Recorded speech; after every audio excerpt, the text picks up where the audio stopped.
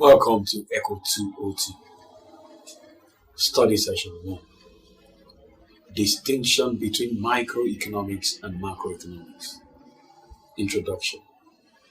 In this study session, we will discuss the transition from microeconomics to macroeconomics.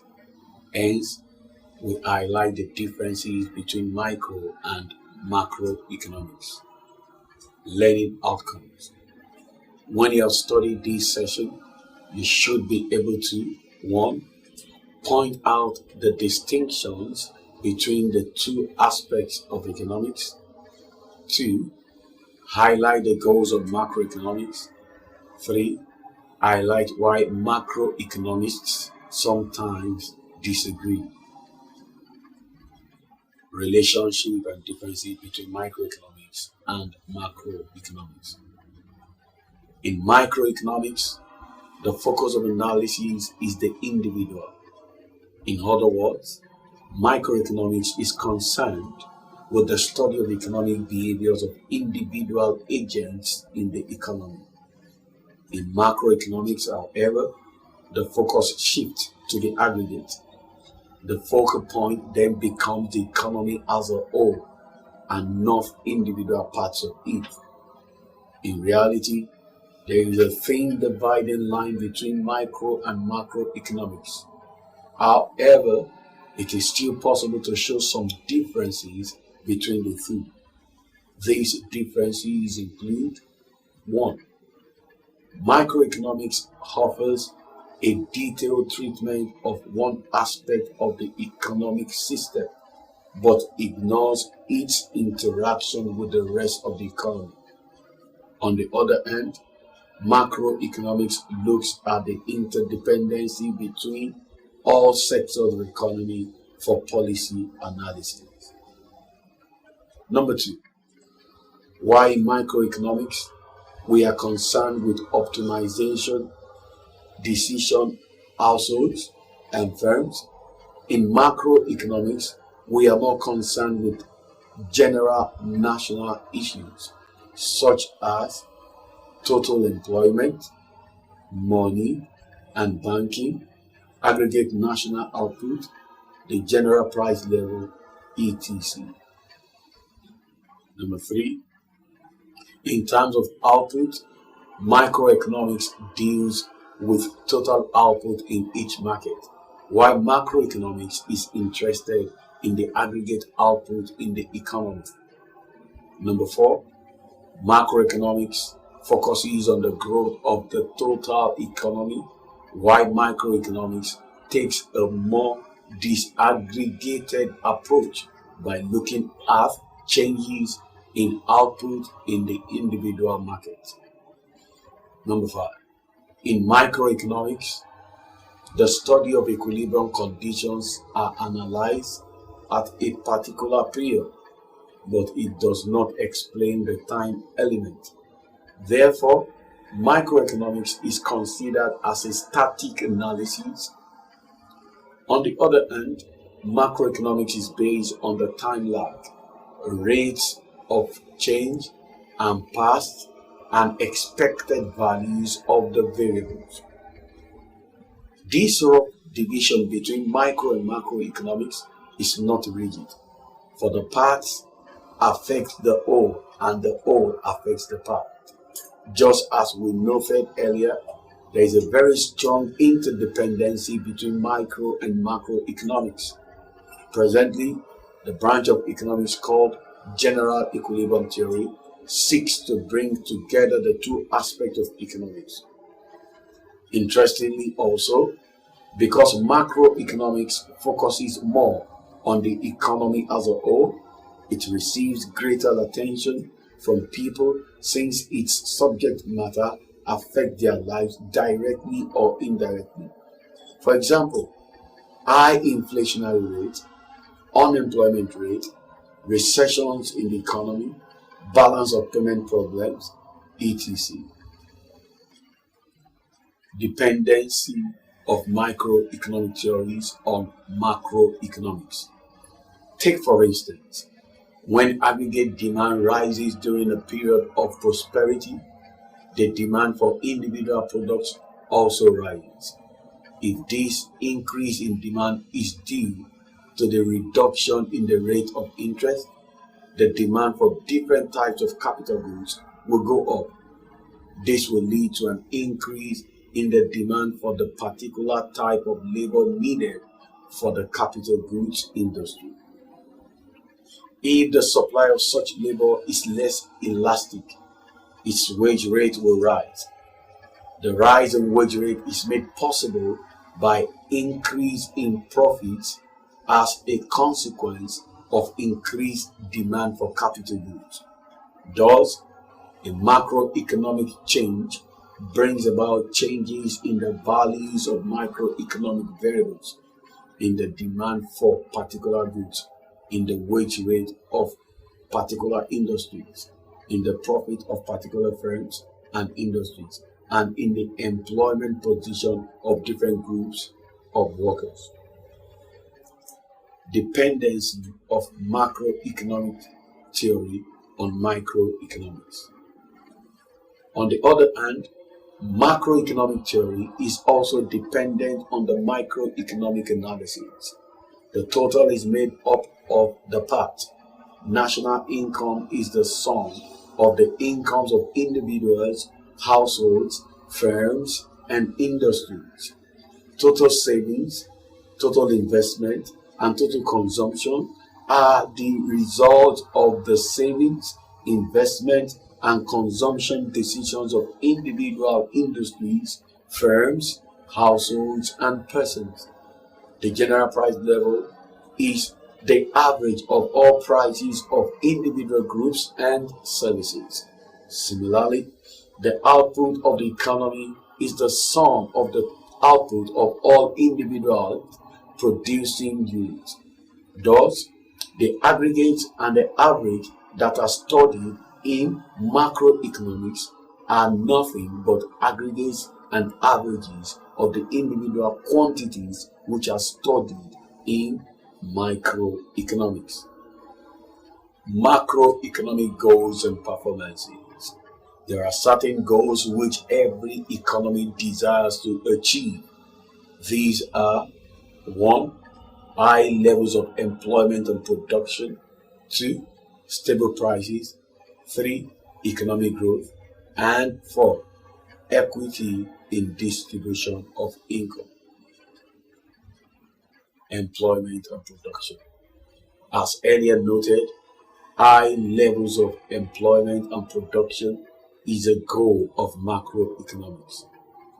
Gross output in an economy is produced by a combination of labor and capital, which are employed in the production process. The output of an economy will be maximized if all its factors of production are all employed and are also efficiently used. Unfortunately, this is not always obtainable. Modern economics is characterized by gross unemployment and underemployment of factors of production, which therefore keep the level of output permanently below potentials or maximum output level. Therefore, it is one of the goals of macroeconomics to see how available level of output can be brought close to its potential level by minimizing unemployment and underemployment of the main factors of production. Stable prices. Every country seeks to control rapid increases or fluctuations in its price level. This is because rising or fluctuating prices of goods and services may keep products out of the hand of those who would otherwise be able to obtain them, and in so doing, change the distribution of goods and services produced by the firms in the economy. Periods of rising prices are usually associated with the period of inflation.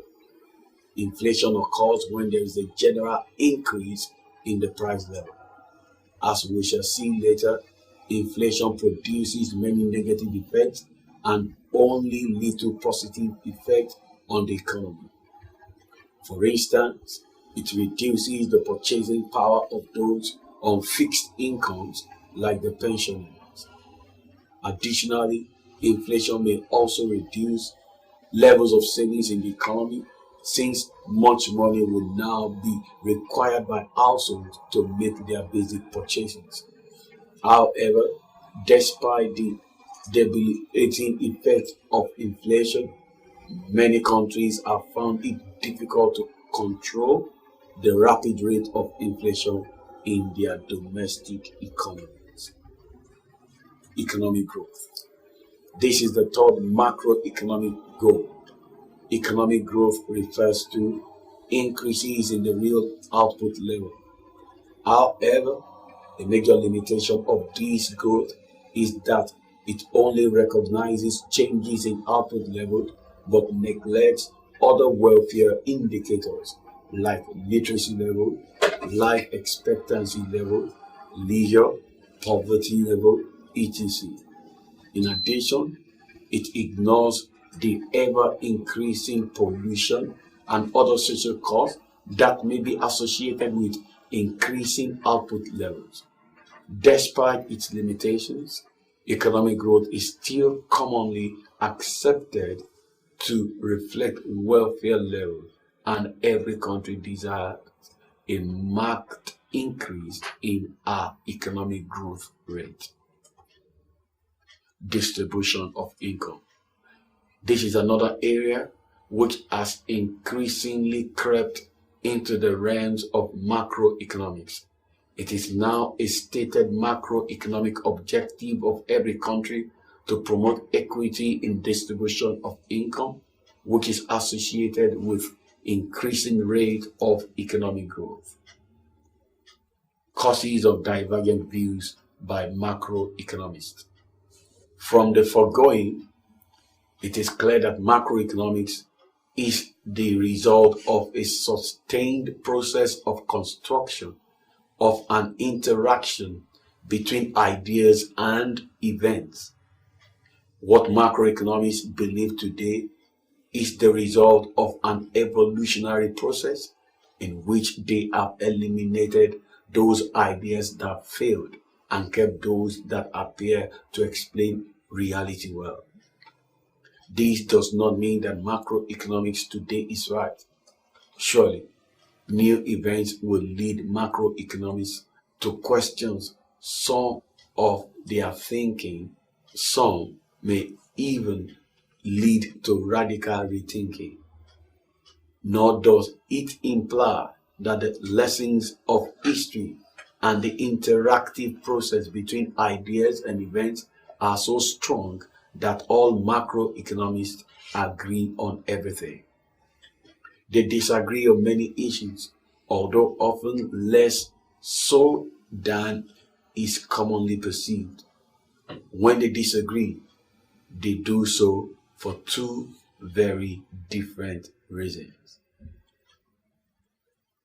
First, even when they share the same view of the way the economy works, they often disagree on the weight they assign to different objectives.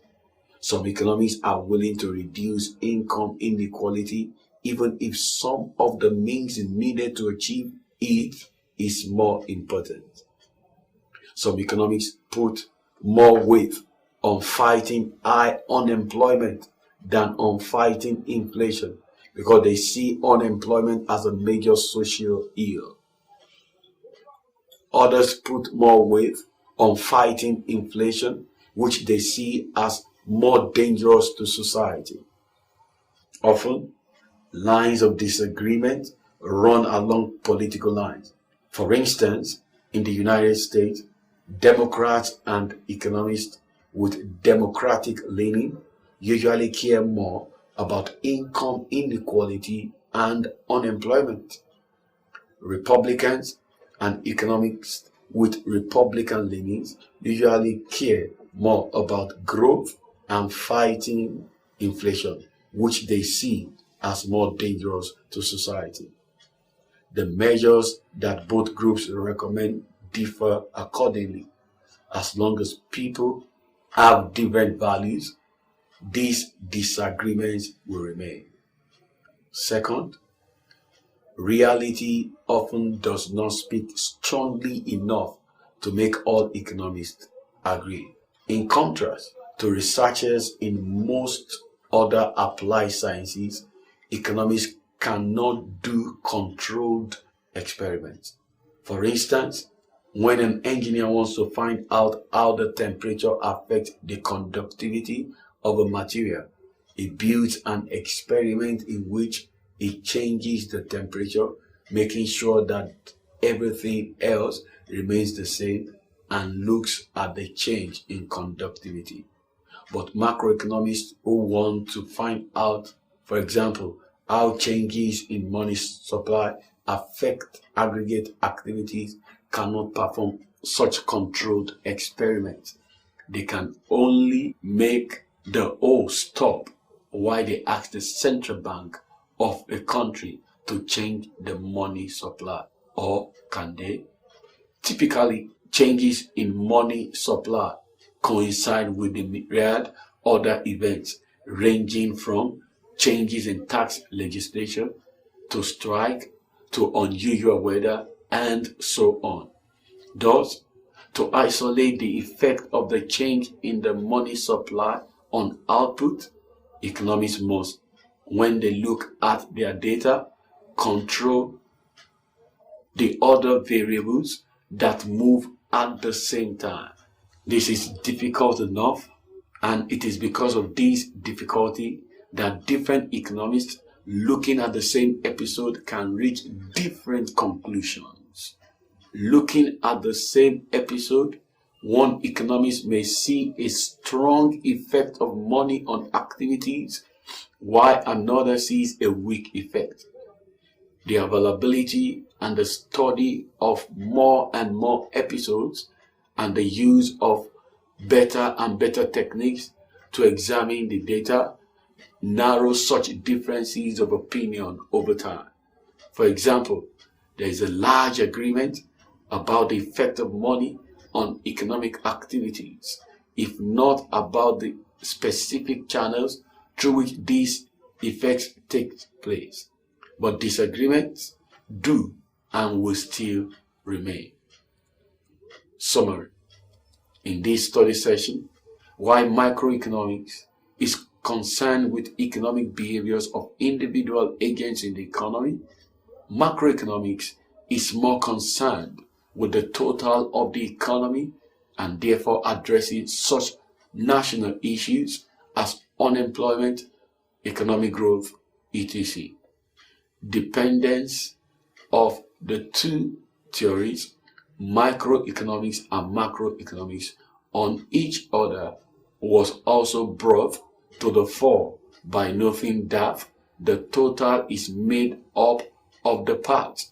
Also, the reasons why economists sometimes disagree on economic issues were given in this study session. This is the end of study session 1. Thanks for listening.